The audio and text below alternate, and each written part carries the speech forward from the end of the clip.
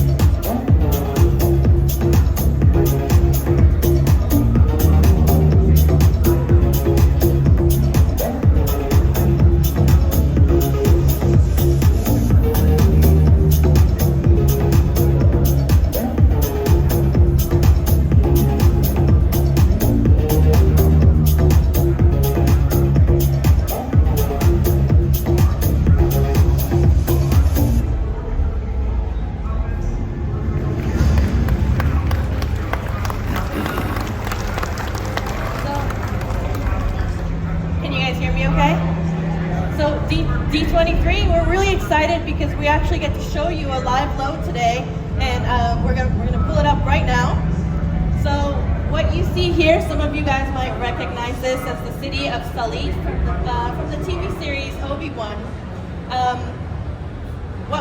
There's usually more of an imperial presence here, so if somebody comes on stage with me, please don't get scared. Let me start by telling you a little bit about what we have here in this volume. So we have 18 million pixels being drawn here from wall end to wall end, and this is being rendered real time. What that means is that the images that you're seeing on this wall are refreshing several times a second to keep up with this camera that is running at 24 frames a second. And the way that we make this all work is, speaking of the camera, is that the trick, the illusion, actually has to look correct through the point of view of the camera. If you look at the monitors on either end of the LED wall, you'll see that that's what the camera is actually seeing. So what you see here, this red border behind me, is what we call a frustum. It's a magic window that, as it's refreshing, it's actually drawing the correct perspective for the camera. So while you and I know that we're on an LED volume, to the camera's point of view, it actually looks like you're in the world. Now again, how this is happening is that these pixels are refreshing several times a second. One of the things that we really love to do is to actually trick ourselves and the directors into believing that we're in that world. One of the ways that we do that is we have colorists, visual effects artists on set with us that are live grading this scene. Like I said, it's like a live video game here. Everything in this scene is controlled and is actually running real time. How do we know where this camera is? There's actually additional cameras at the top of this volume that are actually watching this camera as it's moving around the world. If I can get a volunteer, we can actually put one of you guys into Sully. All right, yes, you, man. We can have two volunteers. Hi, what's your name? Diana, if you could stand over here next to our stormtrooper. Oh, and we've got another volunteer here. You guys will have an opportunity to do this throughout the next couple days as well, and when we finish our presentation. But you can see that as the camera moves around, this frustum is changing the image. So when we look through the TV monitors, Diana and our other friend here are actually in this world. The other cool thing about this environment is that we use this a lot for reflections. You can see that our stormtrooper is has a shiny surface, and the lighting from the walls actually reflects on him. So it's a much better technique than when we use green screens. We don't get this kind of interactivity. I think they're looking for stormtroopers over by that noodle shop. So thank you very much. Thank you, sir. Thank you guys so much. Step back this way if you'd like. I was talking to somebody about this yesterday, and it's a little bit confusing, right, to your brain to watch as this camera moves back and forth to see Dayu's perspective changing. Someone described it to me yesterday or mentioned that it was almost like a forced perspective, like a calculation like you see down Main Street when you're looking at Disneyland and you use a forced perspective to make the castle look even bigger. It's kind of like doing forced perspective, but doing it live. And that's what we're doing with the power, the team at the Brain Bar and the power of that 3D scene makes this, what would normally be a 2D display, turn into a 3D portal that lets us transport you into different worlds. So here's what Dayu looked like in the series Obi-Wan. These are the actual shots from the show that you've already seen. And hopefully, if we've done our job right, it's really hard to tell where the art department construction and the physical set stops and the LED wall takes over in the background. Now this is something we rarely get to share. This is what we call a quad view, 4 different views of the same scene while we're shooting it in the show Obi-Wan. So you can see on the right an overview, and in this particular shot, the actual physical set was quite simple because that's all that was needed for that shot. But then we get to more complicated shots like this, where we've actually segmented the volume, segmented the space with a practical set wall halfway through. So depending on what side of the wall you're on or the other, we can dress the digital environment appropriately. And we actually use these monitors back at the Brain Bar because we have live operators that are controlling this scene. So this allows us to see what's happening inside the volume as we're operating the scene. Today, the Brain Bar is in that corner. If you want to meet some of them after the show, they're going to be back there. These are the real operators who are actually running the show. Some of them are going to be back on set Monday with Jon Favreau working on the new movie. So do you want to take us through this shot? This is pretty fun. Yeah, so the cool thing about the way that we can use this technology is that it allows us to track the camera, and in this particular shot, the camera is actually zigzagging around a space that's not much bigger than the one that we're in right now. And so we were able to cleverly turn this environment, the same one that you just saw, by just adding more set dressing to the inside the volume, into a really clever shot that makes the volume seem much bigger than it actually is. It's pretty fun. Mounting a camera on a remote control car, dragging it around in a twisted serpentine set to make it feel much bigger than it is. I love the kind of tricks that the directors and the DP and the art department come up with to make the best use of these kind of technologies.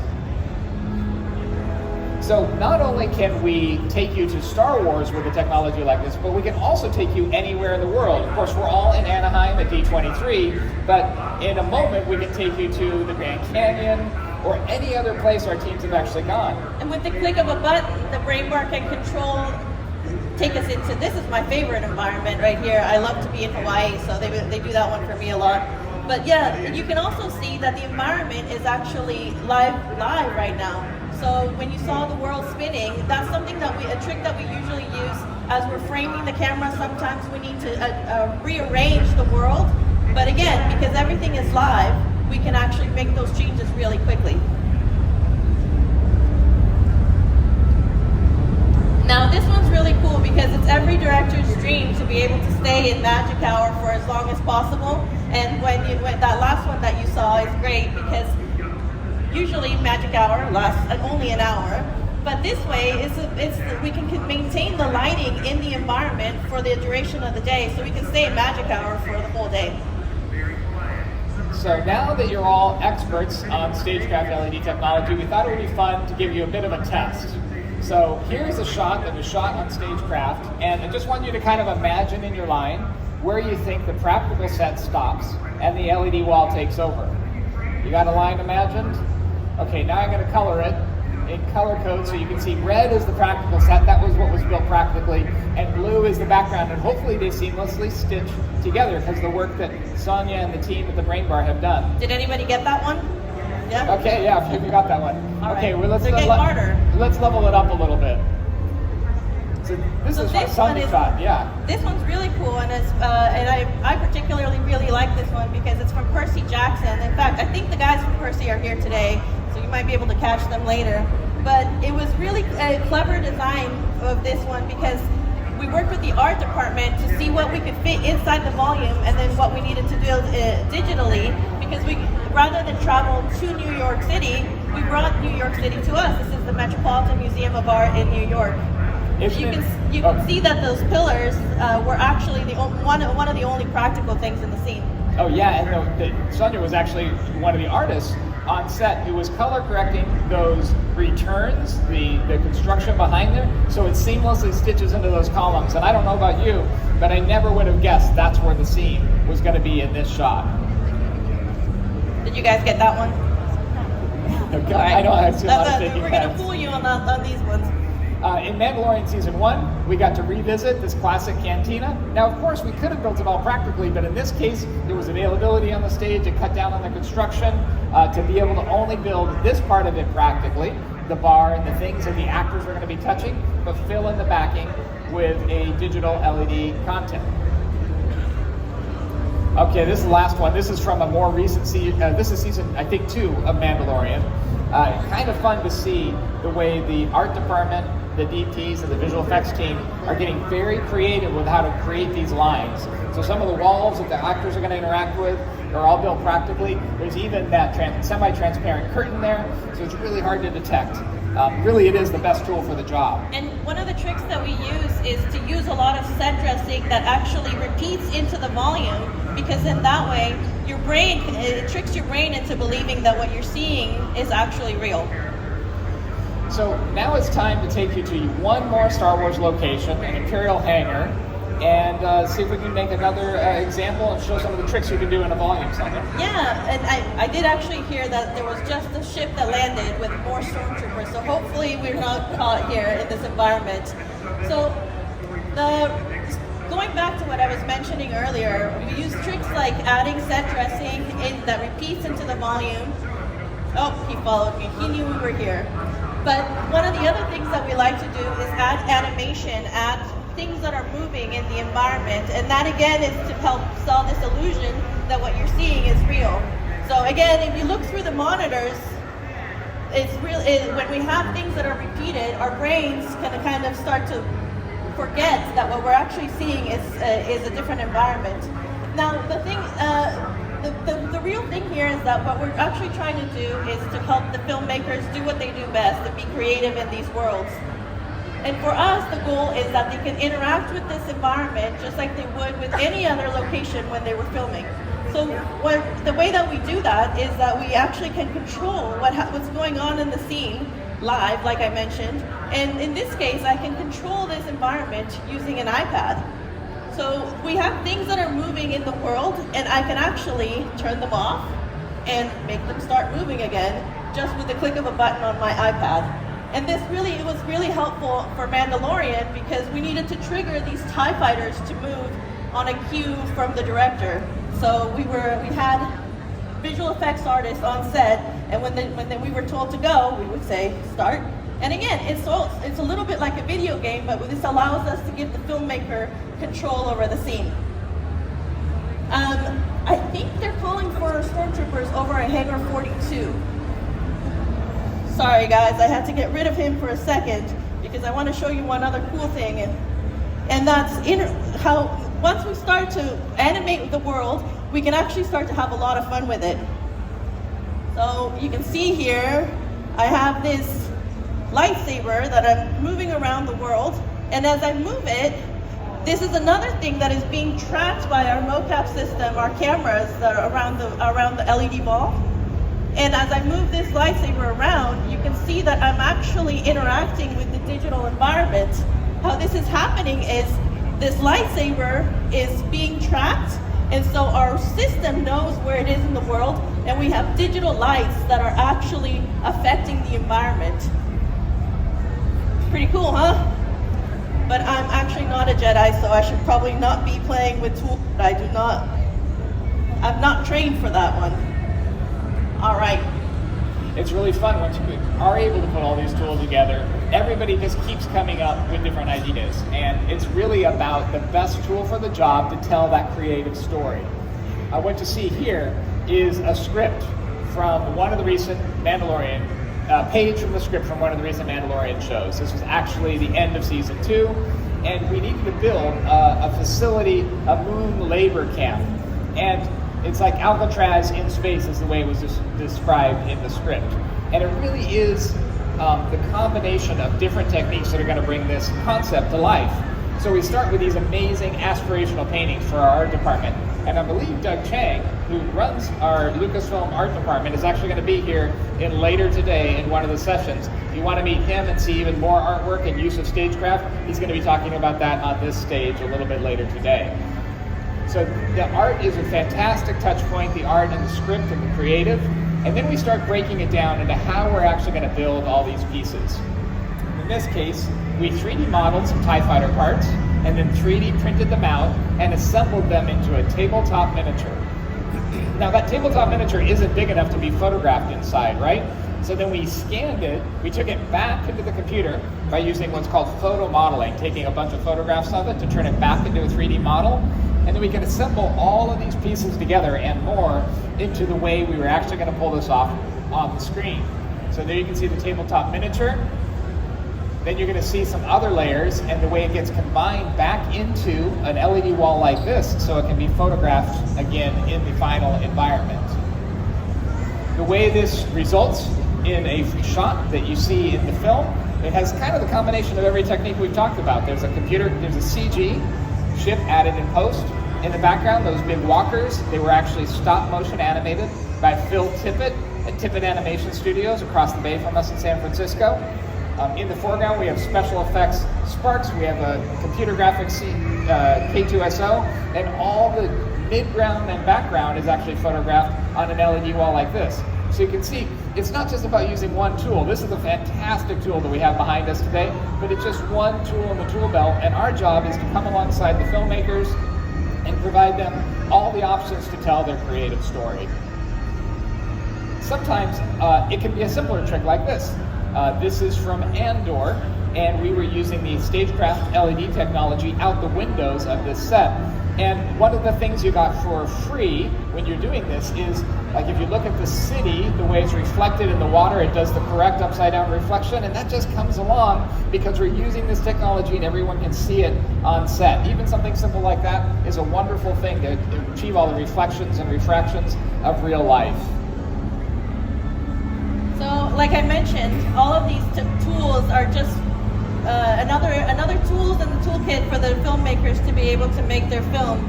And one of the things that we do is we just use movie magic like that to be able to make tricks like or shots like this one possible. So the really cool thing about this shot is that what you think is moving is actually not moving. Everything else is moving around it. So the ship is actually in the volume, static, it's just standing there. And there's a platform with the people moving towards the ship, and the volume is actually, the image is changing and pushing the environment far away from us so that it gives us the illusion that the ship is actually moving towards us when in fact it's the only thing that's not moving. You got that one? That's why we have smart people like Sonia and the Brain Bar team to figure these things out with our collaborative teams. But that ship actually weighs a lot, so not having to move it was really convenient for our team. So once you've mastered the basics of a tool like this, then you can start really elevating it. Like Sonia was just talking about that ship. This is a sequence out of Book of Boba Fett with the Mandalorian, where he's going up an elevator, and you just saw him leave a floor, right? But if you know anything about the LED tools, you realize we didn't have to have an elevator on stage, right? We were using an LED wall behind them for them to raise multiple levels to go to this next level. But the really fun thing is the room we were just in with the camera, that room got redressed while we were in the elevator. The crew came out, swept that dressing away, brought in a whole other set of 50 extras so we could join the party that was taking place on this floor. And then this whole scene and this whole room has been added while we were in the elevator. And then this, if I let the scene continue, or if you watch it on Disney Plus, you'll see this continuous camera moves all the way around, and he goes and gets back in the elevator. So you get this amazing continuous shot that is actually done on one floor, but on the show it appears to be on multiple floors. So that was directed by Bryce Dallas Howard, and it was a real collaboration between all of the departments. Camera and art department, and a bunch of help on set to quickly redress the set like a magic trick while the shot is taking place. So the last thing we have planned for you is one more environment, right? This is a really fun one. So I know you guys all came here to see Star Wars. How many of you want to go into hyperspace? Yeah? Great. So what I need you to do is count down with me, and we'll take us into hyperspace. Ready? 3, 2, 1, go!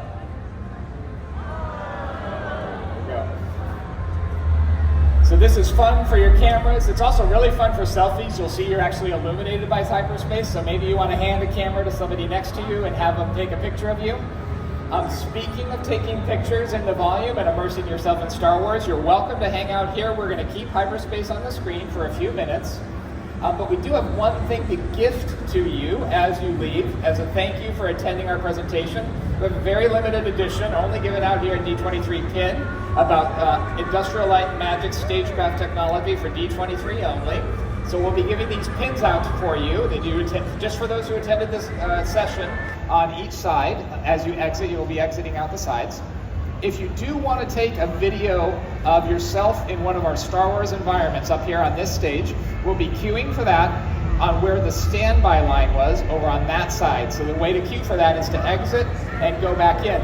And we had really good experience getting through a lot of people in that line yesterday. So hopefully for those of you who want to have your moment on the stage in one of these environments, you'll get a chance to do that. We'll be doing that all day today, but starting right after this session. So thank you so much. Thank you everybody for coming.